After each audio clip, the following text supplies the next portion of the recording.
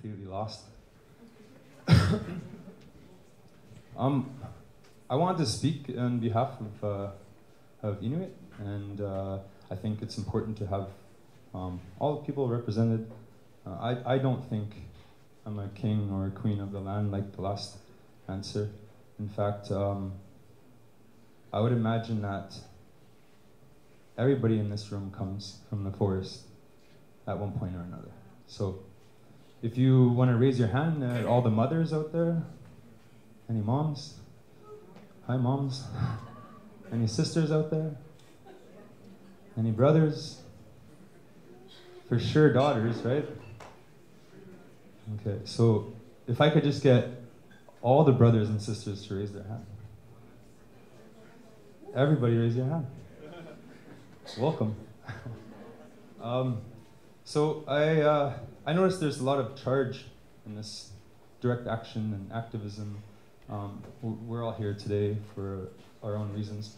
Me and a few of my friends just got here from the Aquilaajai. I don't know, I don't like to use the word reserves or settlements, but from the people over there, they're having a fire. It's like 20 minutes away from here, it's not too far away. Amazing, yeah, Kanawagi, amazing people. We just had a fire over there, sharing circle, and we talked to our friend Sophie. I guess she's pretty popular on the news recently with what's happening in North Dakota. There's a few things that I guess I would like people to consider in all of this discussion and, you know, movement. It isn't just a pipeline that you're stopping. It isn't just environmental protecting that you're doing. You know, if we stop all of these pipelines and detrimental infrastructures to the earth here, you know, that opens up other areas of my part of the world where the Northwest Passage is open. And, you know, right now they have a lot of discussions on navigating the Northwest Passage. And you all know that the ice is melting, and so the access for the world to go through there is going to be inevitable. Whether we stop the North Dakota pipeline in the south, or we stop the pipelines here in Canada, what are we really doing as people? Do we remember that we are brothers and sisters? Do we remember that we all have mothers? What is our relationship with nature? Is it outside the window? Is it inside of a plastic bottle?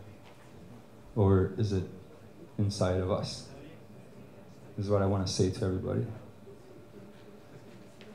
So I guess for me, it would be to discover some of the issues that I have about my own life, and of course, some of the known statistics of Indigenous people, and how that has affected me, and how it continues to affect me today. If I can answer these questions and start to work with myself, can I find this sense of healthy dialogue in my mind? Then if I can learn how to express who I am and my identity to the exterior of my understanding, then can I relate? Once I've learned to relate, then can I start questioning who I stand next to, or what I fight for, or what I'm doing. It's really easy to get your internal dialogue taken from you through social media, through, you know, raising the people to come together and fight. You know, if I asked most people here, what's the weather outside? Most people would probably check their phone. And you could just go look outside and you could tell me what the weather is. The more you look at the weather, the more you'll start to understand what the weather is going to be tomorrow, the day after, and how to prepare for your life, how you live in existence with, I heard the word harmony. So what's the real objective of these gatherings? What is your objective with yourself? And how do you communicate that relationship with all your brothers and sisters here today? For sure, you know, these ideas of statehood and capitalism and stuff like that are extremely, right now, considered right-wing and detrimental to our environment. But at the same time, what kind of alternative are you guys creating if this system isn't going to work for our mother? What are we putting in place to say we don't want to have anything to do with that system? I don't know how many people took a car here, or how many pairs of shoes you have, or how many cell phones are in this room right now. I like to think I used to be a pretty good hunter, but I can't hunt for 30 million people in the state of Canada. So there is, at some point, a use for our collective discussions. I don't always agree with Parliament, or I once believed that if we have a majority government that things happen, but apparently not. I guess what I want to say here today is that as a Inuk, and this wasn't written in a book or told to me through words, but I understand now I need to explain it in a way that can be understood in English. So in the beginning of time, God said, "Let there be light," and Jesus was born after, and we had to follow all these rules, and statehood started, and this is the way we live today. That's one beginning of time. There's another beginning of time, and this beginning of time has 6 seasons, not 4, 6. There's pre-spring, spring. There's summer, pre-fall, fall, and winter. So when you consider this land, this earth, which we're all a part of, it doesn't matter what your ethnicity is, it's the land first, number 1. Number 2 is the season. Which season are we in right now? We're pretty much in fall, going into winter. Once you understand this, what region are we in? Over here we have some hills and trees, some swampy areas. We definitely have rivers. So you start to consider the ecosystem that's involved in that region. Once you identify what region you're in, you consider the territory that you're in. And what do those people have to say about the history of those first belief structures? The land, the season, and the region. Once you figure out what territory you're in, you consider the people. Here we're in a cafe talking about what we're doing and what's right. And that's great, let's figure it out. And then yourself. So this is my belief structure, is that in the beginning of time, before any ideology that you bring into your head, there was the land first. And that'll never change. 2, you have the seasons. There's 6 seasons, not 4. It's not linear, it's not year end, it's not any of these things. It's the environment, the ecosystem that you're in, so it brings you into the region that you're a part of. Once you're a part of this region, whose territory are you in? You know, a lot of times I'm like, I'm in Montreal, man, like Quebec. But is it really? And so then you consider the people, what kind of stuff the people are into, and this is where I start to struggle. Is that I do come from a different people. I do come from a different culture. Even though it's been only in my 34 years of existence on this land, I have had to learn to speak a different language. I've learned to have to pay rent, you know, have a bank account, have this. When my first strokes of being a child was what to do with the weather, how to hunt, what tools to use, and when to have them. So that's where I start to struggle, is where the people are involved and everybody fighting over what ideology to follow and what's right and what's wrong. So I guess I want to speak, and I can't speak for every Inuit, but what are we really doing as a people on this planet?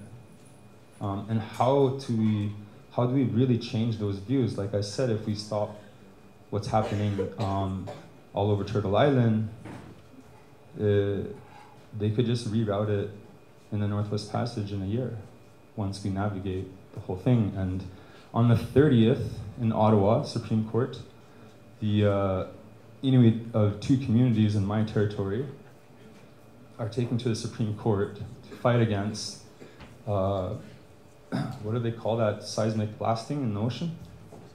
So it's going to be on the 30th in Ottawa.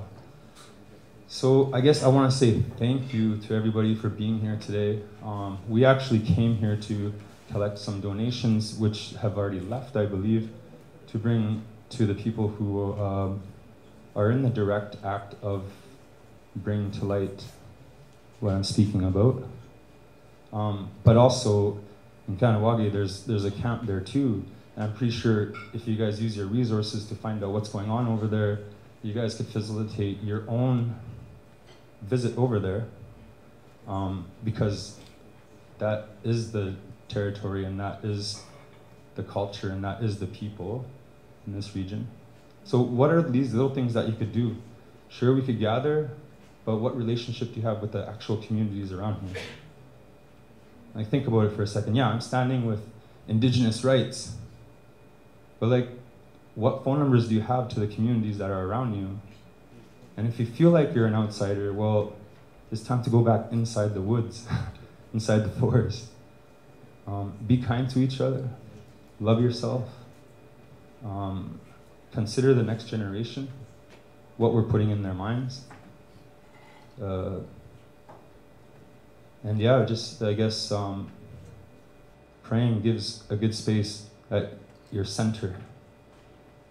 So if you could pray for those people in Standing Rock and some of the Indigenous communities all over this world, it might bring a better light. So this is where I'm supposed to come up with a joke and make everybody feel happy after that sad talk. I don't really have one, but so those are the 2 things that are happening right now. And it's Kahnawake. They have a sacred fire over there. We went to visit them tonight. They were great, brought pizza out, and we had a sharing circle. And then on the 30th, at the Supreme Court in Ottawa, there's 2 communities from the Arctic who are stopping this extremely malicious act towards the land. So those are some of the things you could actually go and do. Like, unless you want to go to, I wouldn't tell anyone to go to North Dakota, but if you want, like, go. Let people know you have a couple more spots too, So thank you so much for hearing me out. I didn't want to get into politics and what it means to be identified as an Inuk in this state, but that the polar bear teeth in my pocket might give you an idea that I'm Inuit. That's my identity. And thank you for listening to me. And I hope that you find it in yourselves to become better at being people.